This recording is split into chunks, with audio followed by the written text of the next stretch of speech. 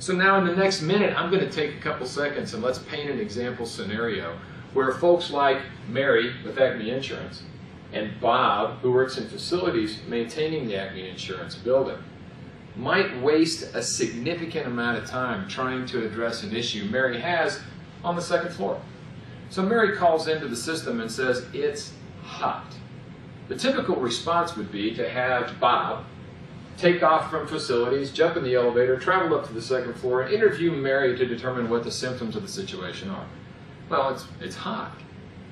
Bob's immediate response is to begin dividing and conquering to try to determine the source of the issue. He'll drag his ladder back up, he'll set it up, he's interrupting Mary's day, he's popped the ceiling tile, he crawls up above the ceiling tile, inspects the VAV box, potentially to determine that there really isn't a problem with the box, or the thermostat, or the cabling in the room. Now he takes the ladder back down, puts all his tools together, apologizes to Mary for disturbing her day, puts the ceiling tiles back, crawls back down out the building, and heads off to figure out what the next issue may be to contribute to the heating problem. Typically this is going to be the air handling unit. And from the air handling unit he'll proceed to the chiller.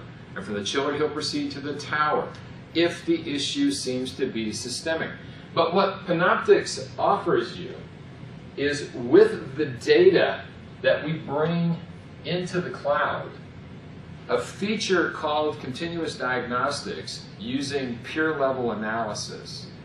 We'll look at the floor Mary lives on, and by grouping the VAV boxes that exist on the second floor in a logical group or a peer group, we're able to compare the VAV box that serves Mary's area, cube or room, to the other VAV boxes that exist on the floor, which are logically tied back to the same air handling unit.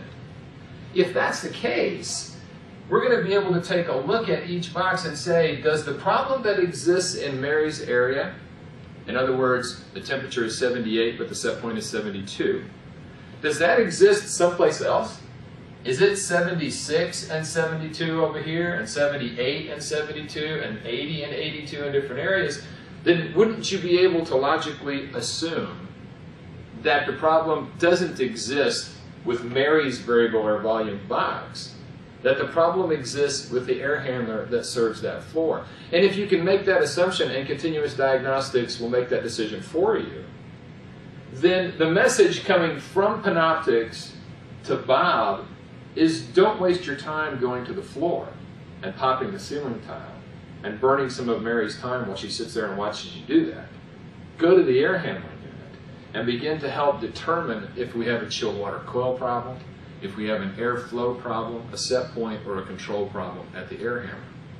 So in seconds, you've been able to arrive at a divide and conquer decision that helps benefit both increased productivity, decreased amount of service time and shoe leather burnt by Bob, and a service level that goes up a factor of 50 to 100%.